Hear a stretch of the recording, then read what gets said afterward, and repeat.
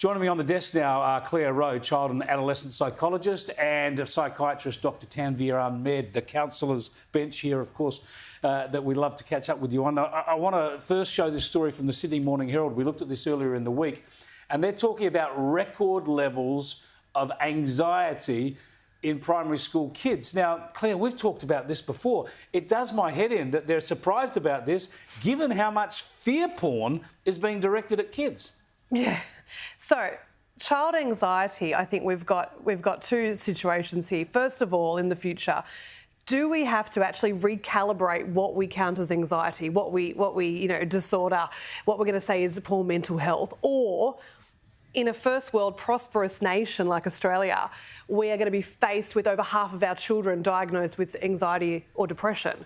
I mean, that's just shameful. I mean, that's what we're looking at, and it's exponentially growing. Well, this is a great point. Try and explain that to us. What sort of symptoms or complaints are being sort of classified as anxiety that perhaps shouldn't be? I mean, where we should be just saying, that's just normal life, just sort of... Yeah, I think there's a mixture. I certainly think that the rise of genuine clinical anxiety with kids is through the roof. Yep. And this particular article was talking about, should there be a minister for children? And absolutely, I think there should, because I think a lot of government decisions in terms of access to Medicare and things are not made with children in mind. But yeah, absolutely. I've always said that I think there's, one of the things I've advocated for is, do we actually tone down the education about mental health to young children? So as we start toning that down, once we start teaching children what anxiety is and times that they might feel anxious and how you're supposed to feel in your body, actually we've got 7 and 8 year olds who are just going, oh, maybe I feel a bit anxious, when actually anxiety, you're just a bit stressed because you've got a test coming up, and that's normal, a normal human emotion. And once we start saying, oh, I think that's anxiety to children, oh, they cotton on to that, and suddenly, diagnosis explodes. Before I come to you, Tanvir, I just want to show a little clip from the ABC Kids program BTN, because what struck me about the Herald's article and some of the media reporting is the media really do create a lot of anxiety for kids. Have a look. First up, to some bad news for the planet. Scientists are now pretty confident that this month will be the hottest in recorded history. In fact, the UN says that we're no longer facing global warming, but something worse.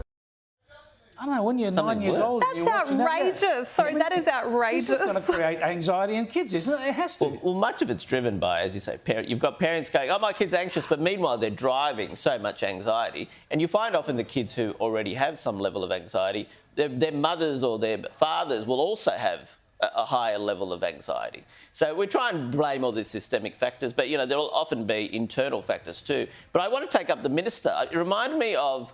This idea of a minister reminded me of the Minister for Loneliness that Britain brought in just pre-pandemic. It was hard to judge the success of that because, the pandemic kind of upended it all. But, I'm not sure, when do we need a minister? It's often when you need lots of different interdisciplinary components. So whether this... warrants that or not. It's mainly 2 departments, education and health. The Minister for Loneliness, it's like Kim Jong-un, you just have a cabinet of one, just sit there on your own and make all your decisions. But health ministers and education ministers and family community service ministers should be onto this stuff, right? Yeah, they should be. I can't help be cynical and think this will just create, more money, billions and billions of dollars at preventative programs, more education. And at what point do we say it's not working? We've got a sieve trying to catch sand. And whilst we keep living the way we're living, parenting the way we're parenting, and exposing children to, an excess of information and their use of screens and a whole host of things. But whilst we keep doing the things we're doing, we can't just keep doing preventative programs